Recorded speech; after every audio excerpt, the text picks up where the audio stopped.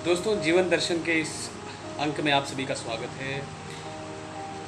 Last video में मैंने आपको ये बताया था कि हमारे लिए यात्राएं कितनी ज़रूरी हैं और उनके क्या-क्या फ़ायदे हैं।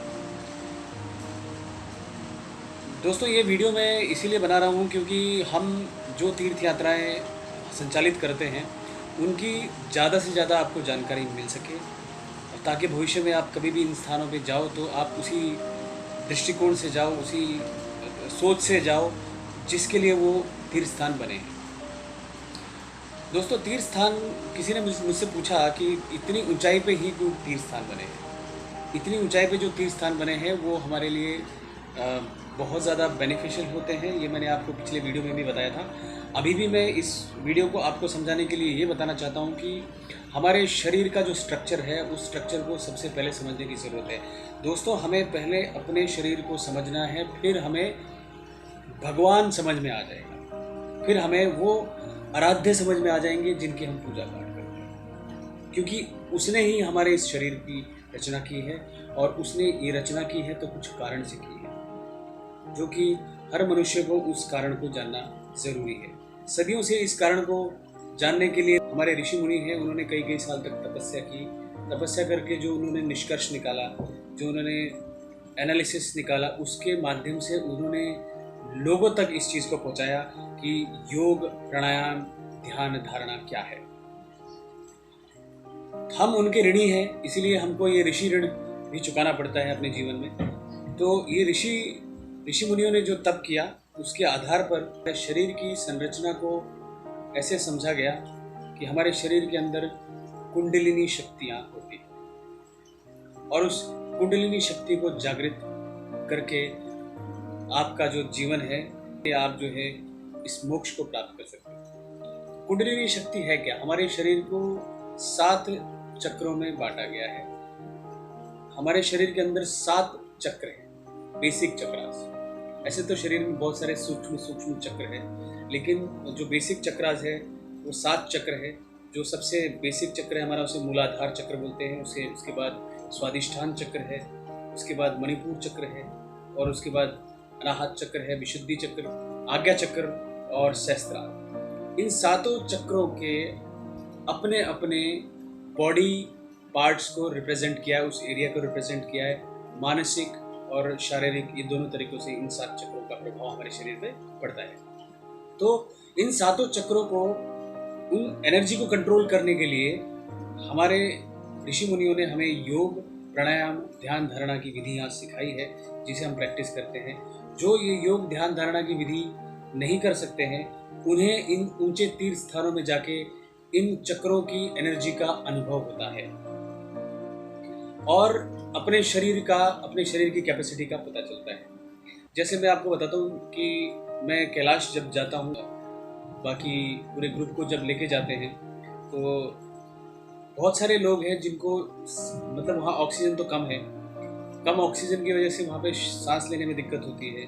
लेकिन ऑक्सीजन तो वैसे भी वातावरण में बहुत ही कम होती है, लेकिन आप वहाँ पे सांस जो ले रहे हो बहुत बहुत तेज़ी से लेते हो। बहुत तेज़ी से इसलिए लेते हो क्योंकि आपको श्वास लेने की शायद आदत नहीं है। इसलिए ये कहा जाता है कि आपको प्राणायाम करना चाहिए, आपको प्राणायाम करके अपनी श्वास पर नियंत्रण करना चाहिए। तो आप जब ऊंचाई पे जाते हैं, हम कैलाश यात्रा जाते हैं, जब हम परिक्रमा शुरू करते हैं तो धीरे धीरे हमें सर दर्द का अनुभव होता है, सर में दर्द होने लगता है, उल्टी जैसी आने की इच्छा होती है, कभी कभी पेट भी खराब होता है। तो इसी वजह से होता है क्योंकि हमारे शरीर के अंदर कहीं ना कहीं कोई ना कोई चक्र की एनर्जी खराब है। तो ये इन यात्राओं के करने से हमारे अपने शरीर का हमको खुद को अनुभव होता है, जिसको हम स्व अनुभव बोलते हैं। और वही चीज़ हम लोग जब लो हाइट वाले जगह पे करते हैं तो वहाँ पे हमें इस चीज़ का अनुभव नहीं होता है। तो इसी वजह से जो ऊंची जगह पे जो तीर्थ स्थान है, उनमें यात्रा करने के अपने एक अलग फायदे हैं। तो दोस्तों, अभी मैं आपको 4 धाम के बारे में बताऊंगा। 4 धाम यात्राओं का वर्णन एक एक धाम से मैं शुरू करूंगा। इस समय मैं आपको चारों धाम की स्थापना क्यों की गई ये बताना चाहूँगा। चारों धाम की स्थापना करने का जो कारण था, हमारे हिंदू संस्कृति का लगभग 400 साल का इतिहास बीच में का नहीं है, गायब है। उसका कारण ये था कि शायद उस कालखंड में बहुत सारी अलग अलग धर्म पंथ जिसको बोलते हैं वो होने शुरू हो गए थे। जैनिज्म, बुद्धिज्म, हमारा हिंदू समाज और हिंदू धर्म जो है कई पंथों में बंटना शुरू हो गया। तब आदि शंकराचार्य जी ने इस धरती पर जन्म लिया और उन्होंने इन चारों धामों की स्थापना की, क्योंकि उन्हें ये पता था कि अब अगर उन्होंने इस प्रणाली को नहीं चलाया तो हिंदू धर्म खत्म हो जाएगा। शंकराचार्य जी को शिव जी का अवतार माना जाता है। उन्होंने जितने भी ग्रंथ थे, शिव जी ने जो उन्हें आगम दिए, उन आगमों को उन्होंने ग्रंथ के माध्यम से जन जन तक पहुंचाया और हिंदू समाज की पुनर्स्थापना की। तो सबसे पहले उन्होंने 4 मठों को, हिंदुस्तान के 4 मठों की स्थापनाएं की, जैसे उत्तर में बद्रीनाथ, दक्षिण में रामेश्वरम, पूर्व में जगन्नाथपुरी और पश्चिम में द्वारकाधीश। उसके बाद उन्होंने जो ऋषियों की तपोस्थली और देवभूमि माने जाने वाले उत्तराखंड में कई देवी देवताओं का निवास स्थान माना जाता है और शिव जी की तपस्थली भी मानी जाती है, उस जगह पे जहाँ पे जागृत शक्ति है, जिसको मैंने बोला आपको, जो एनर्जी जो सेंटर है, उस जगह पे उन्होंने स्थापना की। यही उद्देश्य था उनका उत्तराखंड के 4 धाम की स्थापना का, कि अपने जो पूर्वज हैं उन पूर्वजों को गति मिले। अगर कहीं पर उन पूर्वजों की आत्मा कहीं प्रेत योनि में है या कहीं गति नहीं मिली है उनको, तो उस बंधन से उनको छुटकारा मिले और उनको गति प्राप्त हो और वो अपने आगे के योनि में प्रवेश कर जाए। तो इसी उद्देश्य से उन्होंने 4 धाम की स्थापना की थी और उन्होंने माँ यमुना को पहला स्थान दिया, जो माँ यमुना सूर्यपुत्री यम की बहन है और शनि की भी वो बहन मानी जाती है। तो उन्होंने यमुनोत्री, जहाँ से यमुना का उगम हुआ, ऋषिकुंड, उसके नीचे यमुनोत्री की स्थापना की। उसके बाद जहाँ राजा भगीरथ ने तपस्या की थी, उस जगह पर उन्होंने गंगोत्री की स्थापना की।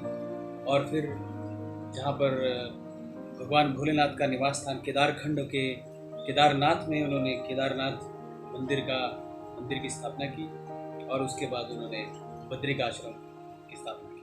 पहले दोस्तों इस यात्रा में जाने वाले, ये बहुत दुर्गम यात्रा मानी जाती थी, क्योंकि इस यात्रा की शुरुआत होती तो हरिद्वार से थी, लेकिन जैसे जैसे आप ऊंचाई के क्षेत्र में जाएंगे बहुत कठिन परिस्थितियां होती जाती थी, क्योंकि भौगोलिक रूप से भी वो प्रदेश जो है काफ़ी कठिन था। उधर उस समय रोड नहीं थी और रोड नहीं होने की वजह से कभी कभी रास्ता भूल जाते थे। यात्राओं को संचालन करने के लिए बहुत सारी संस्थाएं आई, जैसे बाबा काली कमली जी हैं, जो उन यात्रियों को, उनका नाम ही है बाबा काली कमली वाले, क्योंकि वो यात्रियों को काला कंबल और एक डंडा देते थे चलने के लिए। और फिर उन्होंने हर जगह पर अपने आश्रमों का निर्माण किया और यात्रियों को ठहरने की व्यवस्था की। उसके बाद ये यात्रा सुचारू रूप से चलने लगी। दोस्तों, इस तरह से इन 4 धामों की स्थापना हुई और तब से ये यात्राएं चल पड़ी। अब इन 4 धाम में और भी अलग अलग स्थान हैं जो कि बहुत दर्शनीय स्थान हैं, उनका भी अपना एक अलग महत्व है। कई लोगों को वो स्थान पता नहीं है, लेकिन जो जितने पौराणिक शास्त्र हैं उन शास्त्रों में उनका विवरण मिलता है। जो भी 4 धाम जाएं, उनसे मेरा एक रिक्वेस्ट है कि आप खाली उन्हीं मंदिरों को विज़िट ना करें जो आपने सुने हैं। आप उन जगह पे भी जाएं जो जगह हमारे शास्त्रों में उल्लेखित है। जैसे कि अगर दिल्ली से हरिद्वार के बीच में शुकताल पड़ता है, जहाँ राजा परीक्षित को आखिरी भागवत जो बोली गई थी शुकदेव जी द्वारा, वो शुकताल पड़ता है। वो मैं इसका आपको बाद में बताऊंगा। लेकिन उसके बाद हरिद्वार है। हरिद्वार के बाद आप अगर यमुना वैली में जाएंगे तो यमुना वैली के मैं बताने वाला हूँ। वहाँ पर यमुनोत्री के अलावा बहुत सारे ऐसी जगह है जो देखने लायक है। अब उसी इस प्रकार से आप गंगोत्री वैली में चले जाएंगे तो गंगोत्री वैली में उसी कई कई स्थान हैं जो देखने में, इसका आपको विवरण में दूंगा।